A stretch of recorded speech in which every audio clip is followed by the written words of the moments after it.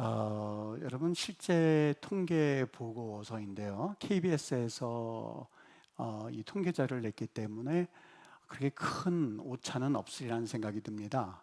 2014년도에 이 우울증 진료자가 19세서부터 30세까지 39세까지 19세에서 39세까지 우울증 진료자가 2014년도에는 11만 명이었다고 합니다.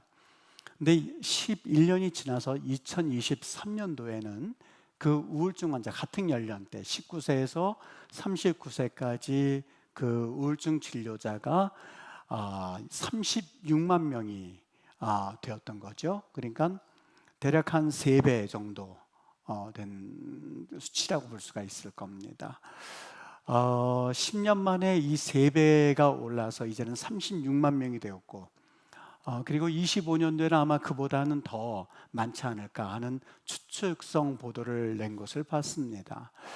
왜 이런 현상이 일어났을까? 물론 여러 가지 이유를 대기는 합니다만, 그 중에 첫 번째 원인이 바로 그때의 23년도, 22년도 바로 그때에 이 코로나 팬데믹이 있었기 때문에 그런 일이 있었을 것이다 하는 것은 다들 동감하는 그런 분위기입니다.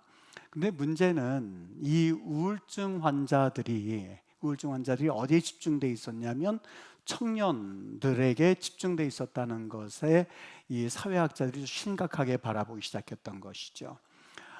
동일하게 이 우울증을 겪었습니다만, 이 시대를 겪었습니다만, 이 청년들이 졸업이라든지 아니면 취업이라든지 인간관계 등 이런 계획했던 미래가 막 무너져가는 그런 현상 가운데서 청년들이 심하게 우울증을 앓았다라고 하는 그러한 이 연구조사 결과를 보면서 여러 가지 생각을 해보게 됐습니다. 도대체 청년들에게 그리고 젊은 세대들에게 39세 정도면 그래도 이제는 가장들이라고 볼 수가 있을 텐데 어떤 이유 때문에 이런 현상이 나타났을까라고 하는 그런 문제를 가지고 답을 하기 시작했는데, 첫 번째가 이 우리 사회의 계약직이 증가하고 그리고 각 세대들의 전세, 월세 부담들이 이 삶에서 안정감을 누릴 수 있는 그러한 마음을 심각하게 훼손했다는 겁니다. 물론 여러 가지 예기치 못한 사고도 있었고, 그리고 신뢰했던 사람들과 여러 관계 때문에 발생하는 현상이기도 합니다만, 이 어떤 고정 수입이라든지 아니면은 삶의 주거 환경이 불안정한 이유로 인하여서 사람들이 아주 극심한 그런 삶의 피폐함을 경험하게 되었다고 하는 것에는 사실 많은 사람들이 동감하는 분위기입니다. 또 특별히 참 재미있는 현실은 재미있다기보다도 마음 아픈 현실이라고 할 수가 있겠는데, 이 30대 전체 성인 중에서 19세에서부터 39세까지 그 우울증 환자들 가운데에서 4분의 1이죠. 26.7% 되는 그러한 이 우울증 환자들이 다 30대에 집중돼 있었다는 겁니다. 어저께 신문에 그 한국성결신문이라고 있습니다. 거기에 보니까 제 일면 기사에 우연히 이 기사가 있어서도 한번 주의 있게 봤는데, 심지어는 그 성결신문에서는 20세에서 25세 연령대가 전체 우울증 환자의 56%를 차지한다라고 하는 그러한 리서치도 어저께 보았습니다. 여러 가지 편차 때문에 좀 차이는 있다 한다 할지라도 하여간 종합적으로 봤을 때에 20대, 30대의 우리의 그 삶 가운데에 이 좌절감이라든지 이러다가 내가 무너지는 것은 아닐까라고 하는 이 현장에서 느끼는 전쟁터 같은 그 삶의 현실을 피부로 느끼고 있는 세대가 20대, 30대구나 하는 생각을 해볼 수 있었습니다. 여러분, 이런 상황은 물론 20대, 30대를 이야기하고는 있습니다만 누구에게나 예외가 될 수 없는 그러한 상황이라고 하는 것을 우리는 동감할 수 있습니다. 시편, 오늘 우리가 46편을 읽었는데 시편 46편에 있는 시인에게도 이러한 위기의 순간은 있었습니다.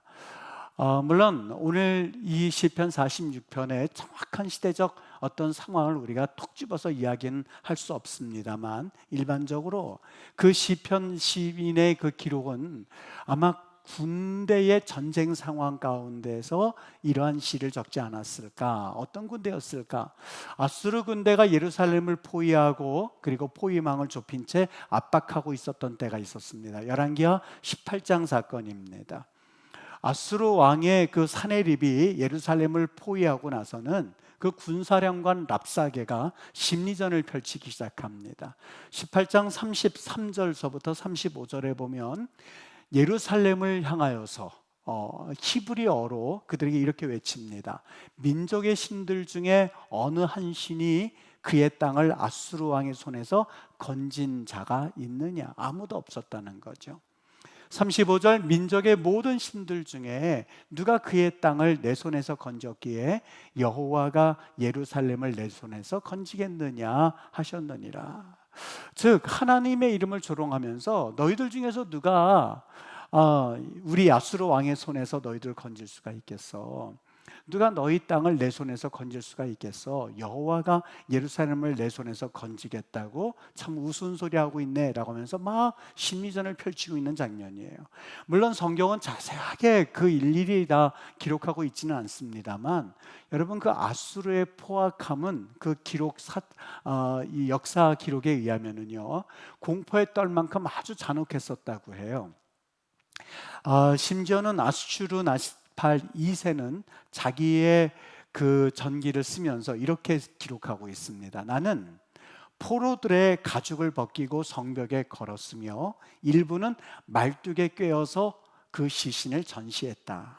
그들의 머리로 탑을 쌓고 살아있는 자들은 사지를 절단하고 도시를 끌고 다니게 했다라고 하는 기록을 볼 수 있습니다. 여러분, 아수르는 단순히 정복이 아니라 그 공포 그 자체를 어떻게 보면 무기화해서 사람들에게 아주 극심한 공포를 가져다 주고 있었던 것이죠. 그러니 아수르 군대가 예루살렘 그 성을 싸고 있었을 때에 사람들의 그 마음은 어땠을까요? 지금 우리도 역시 때로는 조금 전에 이야기한 대로 우울증을 경험하고 이 시대의 20대, 30대가 고통을 경험하고 있습니다만, 아마 그에 못지않은 무력감이나 아니면 불면증이나 아니면 절망과 그리고 이 공포감 같은 경우는 우리 시대를 사실 버금갈 만큼의 그러한 공포를 그들도 느꼈을 겁니다. 이 시편 가운데는요, 여러 가지 탄원이 적혀져 있는 내용들이 많이 있습니다만, 영적 실상을 적나라하게 드러나고 있는 그 시 하나를 여러분에 같이 읽도록 할게요. 시편 77편 2절과 4절을 보면 이렇게 자신의 상황에 대해서 물론 탄원이라고는 말하지만 울부짖는 내용을 그가 이야기하고 있는 것을 볼 수 있어요. 2절입니다. 나의 환난 날에, 여기 환난이라고 말했을 때에 성경에서 구체적으로 일일이 말하진 않아요. 실직했을 수도 있고 전세 월세 부담으로 인하여서 온 가족이 지금 거리로 내쫓겨 앉는 그런 상황일 수도 있고, 아니면 그 노동으로 인해서 계약직에서 지금 자신이 정규직이 되지 못한 그 고통일 수도 있고, 하여간 나의 환난 날에 내가 주를 찾았으며 밤에는 내 손을 들고 거두지 아니하였나니 기도하였나니 내 영혼이 위로받기를 거절하였도다. 아무리 기도해도 거기에는 하나님께서 응답하시는 그런 만족감을 사실 그도 경험하지 못했던 거예요. 3절, 내가 하나님을 기억하여 불안하여 근심하니 내 심령이 상하도다. 주께서 내가 눈을 붙이지 못하게 하시니 내가 괴로워 말할 수 없나이다. 여러분, 우리 성경에서는요, 그 언어 자체가 못하게 하시니 괴로워 말할 수 없나이다, 이런 투로 쓰니까 굉장히 고상한 것 같죠? 근데 그게 그 용어 자체가 고상하지를 않아요. 여기 심령이 상하도다, 눈을 붙이지 못하게 하시니, 혹은 괴로워 말할 수 없나이다 하는 그 언어 자체가 그 영혼의 가장 밑바닥에 있는 그 괴로움을 표현하는 용어로 대부분 쓰였거든요. 이를테면 비록 우울증이라고 하는 단어는 쓰지 않았지만 심령이 상한다, 영혼이 위로받기를 거절했다, 괴로워 거절할 수 없다, 이런 모든 단어 자체가 하나님 너무너무 힘듭니다. 극단적 선택하고 싶습니다. 삶이 재미가 없습니다. 살 걸 삽니까? 지금 억지로 살아갑니다. 여러분 신문지상에 보십시오. 이 택배 기사들이 너무 힘들어서 3명이 그 차 안에서 기가 막힌 일을 당했다고 하는 그 기사서부터 시작해서 온 가족이 그냥 하루아침에 극단적 선택하는 기사 올 때마다 사실 여러분 마음이 섬찟섬찟하지 않습니까? 정말 마음 가운데 아이고 죽을 용기가 있으면 그냥 그 용기 가지고 한번 살아보지 왜 그렇게 극단적인 선택을 해 하는 얘기가 저절로 튀어나오지 않습니까? 오늘 시편 77편뿐만이 아니라 여러분 각 시편에 보면은요 사실 절망과 그리고 더 이상 자포자기하고 싶은 그 심정의 용어를 써서 내가 뭐뭐 했나이다 그러니까 아주 고상한 것 같고 좀 어느 정도 흰 것 같고 그렇게 하지만 아니요, 그 언어 자체가 정말 인생의 마지막 가운데에서 울부짖는 용어를 대부분 썼어요.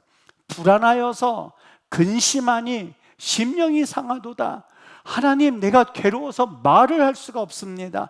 내 손을 거두지 아니하였으니, 무슨 얘기야? 밤이 새도록 기도하고 금식 기도하고 그리고 철야 기도하고 그리고 하나님 앞에 기도하지만 내 영혼이 위로받기를 거절하였도다. 무슨 얘기예요? 아무리 기도해도 응답이 없는 거예요. 아무리 하나님 앞에 예배해도 여기는 만족감이 없는 거예요. 찬양을 해도 입술만의 찬양일 뿐이지 하나님께서 내게 응답하시는 그 음성을 전혀 느끼지 못한 채 괴로워하고 있는 시편 신앙인의 모습을 우리는 여기서 보고 있었던 거예요. 그런데 여기 오늘 우리가 읽은 시인도 마찬가지예요. 그 겉에서 이 아수르 군대가 자신을 둘러싸고 있고 시신을 끌고 다니는 그 모습을 보면서 사실 그들 손에 잡히기보다는 그들 스스로 죽는 게 낫겠다고 생각해서 청년들은 아마 이 아수르 군대가 왔을 때 상당수가 자살의 길을 택한 청년들도 있었다고 기록은 말하고 있습니다. 여러분 이런 상황 가운데서 시 46편의 시인의 선포가 얼마나 우리에게 충격을 주는지 모릅니다. 여기 보면 시편 46편에 보면 이렇게 고백하고 있습니다. 한 시내가 있어서 나뉘어 흘러서 하나님의 성 곧 지존하신 이의 성소를 기쁘게 하도다. 그리고 그 나머지 시도 보십시오. 하나님이 성중에 계심에 성이 흔들리지 아니할 것이라. 새벽에 하나님이 도우시로다. 문나라가 떠들며 왕국이 흔들렸더니 하나님이 소리를 내심에 땅이 녹았도다라고 하면서 하나님 내가 바라봅니다. 하나님 신뢰합니다. 또 여기 나와 있는 대로 시내가 있습니다. 이렇게 외치는 그 모습을 한번 보십시오. 도대체 그가 그렇게 외칠 수 있는 힘은 어디에서 있는 걸까? 여러분 여기 시내라고 했을 때에 그 시내는 단순히 물줄기 쫄쫄쫄쫄 흐르는 시내만을 말하지 않습니다. 원래 이 나하르라고 하는 히브리 말은요 그냥 1년 내내 물만 흐르고 있으면 그걸 전부 다 시내라고 부르거든요. 근데 참 이상한 게 하나가 있습니다. 예루살렘에는 시내가 없습니다. 예루살렘은 시내가 없어요. 지금 아수르 군대가 예루살렘을 둘러싸서 너희들 지금 몇 날 못 버틸 거다. 만일 너희들이 목이 말라서 견딜 수 없어서 문만 열면 너희들은 지금 내가 이 시신을 끌고 다니는 것처럼 그렇게 할 거야 라고 하는 공포를 조장하고 심리전을 펼치고 있는 상황 가운데서 그들이 담대하게 하나님을 찾고 있는 거예요. 그게 어떻게 가능한 것일까? 여러분 여기 우리 시내가 있습니다라고 외치고 있지만 금방 이야기한 것처럼 거기에는 강이 없어요. 유프라데스 강이나 이집트 강이나 아니면 지금 살 길이 막막한 그러한 상황 가운데서 붙잡을 게 없어요. 여러분 한번 생각해 보십시오. 지금 당장 취직도 못해서 더 이상 자신의 입도 풀칠하기 바쁜 그런 상황 가운데서 나는 하나님을 믿습니다. 하나님 풍성한 하나님입니다. 이렇게 말하면 뭐라고 이야기하시겠습니까? 저 허풍 떠는 너무 허풍이 심한 거 아니야? 취업은 안 되는데 나는 능력 주신 하나님을 믿습니다라고 누군가 외친다고 기도한다고 생각해 보십시오. 그게 도대체 믿겨지십니까?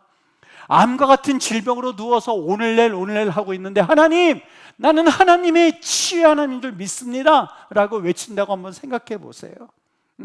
내가 우리 가정 다 책임질 겁니다. 하나님이 역사하실 겁니다. 여러분 그것이 과연 믿음으로 비춰집니까? 아니면 그냥 호언으로 비춰지고 허풍으로 비춰집니까? 오늘 시인 기자가 그렇게 말씀하고 있는 거예요. 여기 지금 이 포위되고 있는 상황 가운데서 한 시내가 흘러서 하나님의 성을 적시고 지존하신 이의 성소를 기쁘게 합니다 라고 외치고 있는 이 시인이 도대체 왜, 무엇 때문에 이렇게 외치고 있는 것일까? 여러분, 여기에는요 아수르 군대가 알지 못하는 한 가지 비밀이 있습니다. 지도 하나만 보여주실래요? 여기 지금 저것이 히스기야 시대 때의 지도인데요, 지금 오른쪽에 보면 기온샘이라고 있죠. 이렇게 선이 있는데 이것이 예루살렘 성 안쪽이에요. 이거 기온샘이에요. 지금 저 기온샘 가운데는 여러분 보시기에는 저기 우측이시죠, 우측? 저 기온샘이에요. 이쪽이 지금 성 안에 있어요. 성 바깥에 기온샘이라고 하는 그 샘이 있는데요, 이 샘이 성 바깥에 있으면 적군에 의하면 이것이 막히면 큰일 나니까 그걸 위장해 놓고 이 성을, 이 수로를 팠습니다. 그래서 성 안으로 끌어들여서 그들이 물을 파게끔 연못을 만들었는데 그 연못의 이름이 여러분이 잘 알고 있는 실로암 연못이에요. 그래서 성지순례, 우리 이번 예전에 갔던 성지순례각도 한번 갔었는데요, 물이 많을 때는 여기까지 찹니다.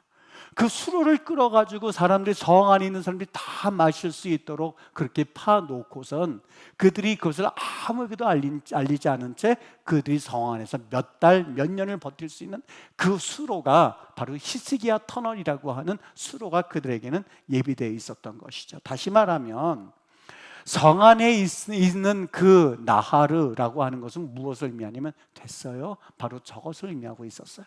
1년 내내 그것이 가물든지 아니면 그것이 때로는 비가 내리지 않든 상관이 없이 1년 내내 하나님께서 그 성큼을 통해서 그들을 먹이시고 그들을 마시게 하시는 그 나하르를 생각하면서 하나님께서 지키시는 그 은혜가 있는 이상 우리는 여기서 버틸 수 있습니다는 찬양을 하고 있었는데 바로 이것을 의미하고 있었던 거예요. 결국에는 어떻게 됐느냐, 아수르 군대가 바깥에서 진을 치면서 그들을 기다리고 있다가 18만 5천 명이 질병이 걸렸는지 아니면 어떤 사건이 있었는지 그들이 거기서 죽습니다. 그리고 그 아수르의 사내립이 자기 고국으로 그 패배한 채 갔다가 자기 아들들에게 거기 살해를 당해서 죽습니다. 이것을 말씀하고 있었던 거예요. 다시 말하면 오늘 이 사건을 보면서 시편 46편을 기록해 놓았던 그 시인은 앞에는 홍해가 있고 뒤에는 애굽 군대가 있는 상황 가운데서 하나님께서 그 홍해를 열어주시면서 그들의 길을 내어주셨던 그 광경을 연상케 할 만큼 기가 막힌 사건이 바로 아수르 군대가 그들을 포위했을 때에 하나님께서 물을 저장해 주셔서 그래서 그들을 살리신 사건을 노래하고 있는 장면이 시편 46편의 이야기입니다. 무슨 얘기냐, 하나님이 그들을 도우신 사건, 하나님께서 나하르를 통해서 이제는 하나님이 구체적으로 그들을 지키시겠다고 하는 사건을 노래한 내용이 시편 46편의 내용이에요. 여러분, 삶을 살다 보면 항상 평탄한 삶을 살고 아무 문제가 없고 항상 행복한 삶을 살고 싶은 것은 인지상정, 누구든지 가질 수 있는 마음이에요. 그런데 삶이 그렇습니까? 취업도 안 될 때가 있죠. 자녀들은 취업 안 되죠. 통장 잔고는 텅텅 비어 있는데 자신들은 살아야겠지요. 실직하고 싶어서 실직하는 사람이 어디 있겠어요? 여러분, 사업하고 나서 사업하는 분들이 전부 다 성공하고 싶고 돈을 벌고 싶지, 누구는 그게 실패되고 싶어서 실패하겠습니까? 암 걸리고 싶어서 걸리는 분들이 있습니까? 살다 보면 스트레스 받아서 암도 걸리고 그렇게 하지요. 병 간호하려고 보지만 여러분, 그게 쉽습니까? 직장 나가서 돈은 벌어야겠지요. 누군가 간호하는데 그 손길은 없지요. 자녀들요, 부모들의 뜻대로 살아갑니까? 문제 일으키죠. 싸움하지요. 평안했던 일상 무너지죠. 건강 무너지죠. 관계 깨지죠. 미래가 막막한 그 순간 가운데에 우리가 터져나오는 조금 시편 77편의 기도처럼, 하나님, 내가 두 손을 들어서 기도해도 응답하시지 않는 것과 같은 기가 막힌 상황 가운데 여러분 처해 보시지 않습니까? 무슨 기도가 나오던가요? 하나님 계시긴 계시는 건가요? 하나님, 내가 이렇게 흔들리고 있는데 이것이 맞습니까? 했을 때에 오늘 시편 신앙이 내가 시내가 있습니다, 시내가 흘러서 온 도성을 적신다는 이야기는 단순히 지리적인 그런 고백이 아니에요. 하나님께서 애국 군대를 물리치셨던 것처럼 하나님께서 아수르의 군대 가운데 시내를 우리에게 주셔서 살게 하신 것처럼 하나님의 도우심으로 살겠습니다. 하나님이 나를 도우실 것입니다. 하나님의 손길이 나에게 임할 겁니다. 하나님께서 붙들어 주실 겁니다 라고 하는 그 간절한 소망의 고백이 바로 내가 시내가 흘러 그래서 하나님의 도성을 적시고 하나님의 사람들 적실 것입니다 라고 하는 그런 고백이 시편 46편 4절의 고백이에요. 종교개혁자 말틴 루터가요 그런 시간을 보냈어요. 1521년 1500년대라면 로마 교황청과 로마 신성제국이 있었던 때였었어요. 여러분 그때에 이 루터가 다른 것 한 것도 아니에요. 하나님 말씀대로 교회가 좀 살아가 보자. 말씀대로 교회가 살아가 보자. 하나님의 말씀대로 이 교회들이 정말 섰으면 좋겠다는 마음으로 종교개혁을 일으킵니다. 그런데 어떻게 여러분 옳은 일이라고 해서 항상 사람들이 딸고 박수 쳐주는 거 아니거든요. 로마 교황청이 이단으로 낙인 찍혀서 그를 죽이고자 계획해서 얼마나 무서웠겠습니까? 그의 기도문에요 이런 기록이 써져 있어요. 하나님이여 이 일은 저에게 속한 일이 아닙니다. 저는 여기에 홀로 있습니다. 그 엄청난 종교개혁을 홀로 있대요. 여러분 하나님의 일을 하면서 모든 사람들이 다 박수 받을 거라고 생각하지 마세요. 하나님 일을 하면서 모든 사람들이 다 협조할 거라고 생각하지 마세요. 전혀 안 그래요. 착각하지 마세요. 옳은 일이면 옳은 일일수록 반대도 심하고 욕하고 뒤에서 흉보고 끌어내리고 하는 것이 우리 인간사예요. 루터가 그랬어요. 루터가 하나님 저는 홀로 있습니다. 저를 도와줄 사람이 아무도 없습니다. 오직 하나님만이 저의 힘입니다. 주님이 도와주지 않으면 이 모든 일은 끝입니다.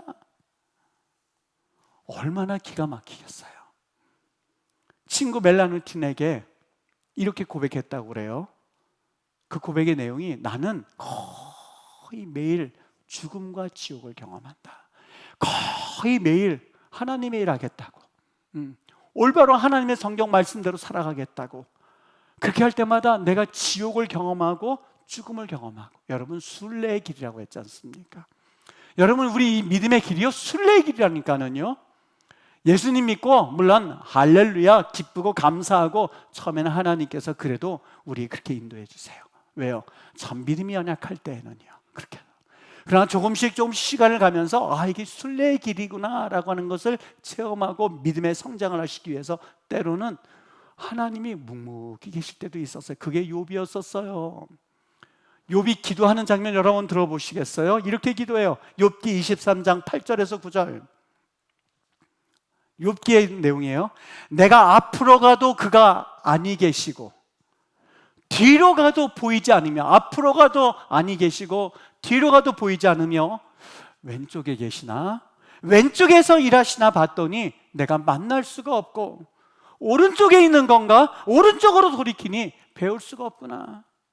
이쪽 가도 핍박받고 저쪽 가도 인정받지 못하고 저기 가도 하나님이 도우시는 것 같지가 않고 이쪽 가도 하나님이 묵묵하게 계시고 도대체 하나님이 어디 계시는 거야? 그게 욥의 기도였었어요. 여러분 이런 가운데서 하나님의 임재가 어디 있습니까? 이쪽에 가도 도움 받지 못하고 저쪽에 가도 사실 좋은 소리 못 듣고 이렇게 하더라도 사람들에게 인정받지 못하는 것 같고 저렇게 가도 욕먹는 것 같고 여러분 욥이 그 동방의 의인이었던 욥이 8절과 9절에서 그렇게 고백해요. 앞으로 가도 계시지 않고 뒤로 가도 보이지 않고 왼쪽에서 일하시나 봤더니 왼쪽에도 없고 오른쪽에서 일하시나 이렇게 도우시려나 그쪽도 도움을 안 주고 이렇게 도우시려나 그것도 아니고 깜깜하게 막혀져 있을 때에 하나님이 계시나 어디에 계셔? 그렇게 끝나지 않습니다. 23장 8절과 9절에서 어디 계시지? 그러고 있다가 10절에 하나님의 임재를 느끼는데 오 하나님이 나타나셨도다 오 하나님이 나에게 도우셨다 이렇게 말하지 않아요. 그냥 믿음의 고백을 툭 던져요. 내가 가는 길을 그가 아시나니 내가 가는 길을 그가 아시나니 그렇지 보이지는 않지만 하나님은 날 보고 계시지. 하나님은 날 보고 계시면서 그리고 그분은 나의 길을 아시지. 무슨 고백일까요? 하나님은 천지 만물 가운데 운행하시고 무소부재 어딘지 계시기에 내가 보이지 않지만 내가 보이지 않는 곳에서 나를 보고 계시지라고 하면서 그 길을 걸어가고 있는 그 욥의 모습, 그게 바로 시편 46편의 모습이고, 그게 신약에 와서는 예수 그리스도의 십자가인 줄 믿습니다. 여러분 모든 일이 다 잘 될 때 하나님 감사합니다, 할렐루야, 할렐루야 누구든지 해요. 물론 그것도 못하는 이들도 있죠. 못할 수 있죠. 인정하지 않으면. 믿는 그리스도인은 최소한 모든 일이 잘 될 때 하나님 찬양합니다, 그것도 귀하지만 어려움을 당할 때에 그리고 내가 너무너무 힘들 때에 절망하지 말아요. 포기하지 마요. 여러분들이 이상해서 그런 시험 당하는 게 아니거든요. 여러분들이 악하기 때문에 시험 당하는 거 아니거든요. 하나님이 여러분들을 버리셨기 때문에 여러분들이 그런 어려움을 당하는 게 아니에요. 착각하지 마세요. 그렇지 않아요. 여러분, 우리 한 가지 꼭 기억해야 될 것이 있어요. 통장이 텅 비어 있고 취업의 문이 닫혀져 있고 내 병상 가운데 너무너무 힘들어서 견딜 수 없을 때에, 사람들의 조롱이 있을 때에, 그때 우리가 할 수 있는 고백이 있다면 내 가는 길을 하나님께서 보고 계시니 하나님 정말로 여기 시내가 있습니다 하는 그 고백은 단순히 지리적으로 물이 있습니다가 아니에요. 하나님은 도우실 줄 믿습니다. 구체적으로 이렇게 도우시는 것을 보면서 하는, 내가 지금 절망 가운데 있지만 하나님의 도우심을 기대합니다 라고 하는 그 고백을 시편 46편의 언어를 통해서 말씀하고 있었던 겁니다. 여러분, 그런 상황 가운데에 보이지 않는 신의 나하를 경험할 수 있게 되기를 주의 이름으로 축원해요. 하나님이 어떤 방법으로든 나의 가는 길을 그분이 아시나니 그 줄을 부여잡고 믿음으로 하나님을 인정해 드리세요. 하나님의 임재를 경험하세요. 하나님께서 붙잡으시는 그 손길을 보기를 위하여서 애쓰십시오. 그러나 그것이 보이지 않을 때에 낭망하고 좌절하고 포기하고 난 못해, 난 끝났어가 아니라 우리 하나님께서 나하루 구체적으로 도우실 그 손길을 보면서 믿음으로 감사하십시오. 왜요? 하나님의 손길이 함께하고 있다고 하는 것을 성경에서는 계속해서 우리에게 말씀해주고 있기 때문에 그렇습니다. 누군가가 실족해 있습니까? 누군가 실족하고 있습니까? 아니, 내가 실족이 됩니까? 주의 일을 하다가 어렵습니까? 그거를 이상하게 여기지 마세요. 원래 그래요. 성경의 인물들 보십시오. 성경의 사람들 보십시오. 아니, 조금 전에 된 루터 보십시오. 그가 지금 자신의 목적 위해서 일했습니까? 아니요. 루터는 오직 하나예요. 하나님 말씀대로, 하나님의 뜻대로, 그리고 하나님이 우리에게 말씀하신 대로 오직 솔라그라시아, 은혜로만이에요. 솔라피데, 오직 믿음만으로예요. 그거 했는데 죽이려고 했던 거예요. 종교재판 열어서.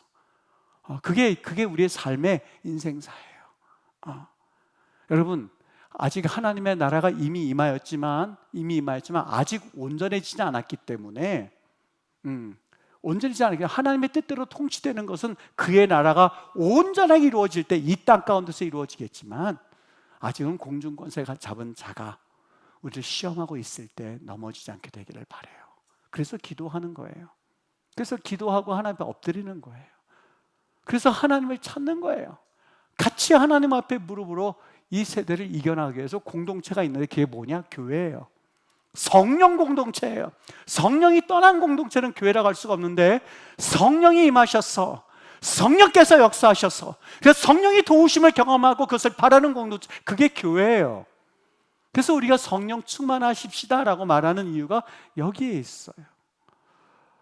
무더위 가운데에서도 오직 주님을 바라보기를 쉬지 않고 믿음으로 달려나아가 정금같이 일어나 하나님을 바라보고 그분을 찬양하며 믿음 가운데 세워진 우리 복된 성도님들 되시기를 예수님의 이름으로 축원합니다.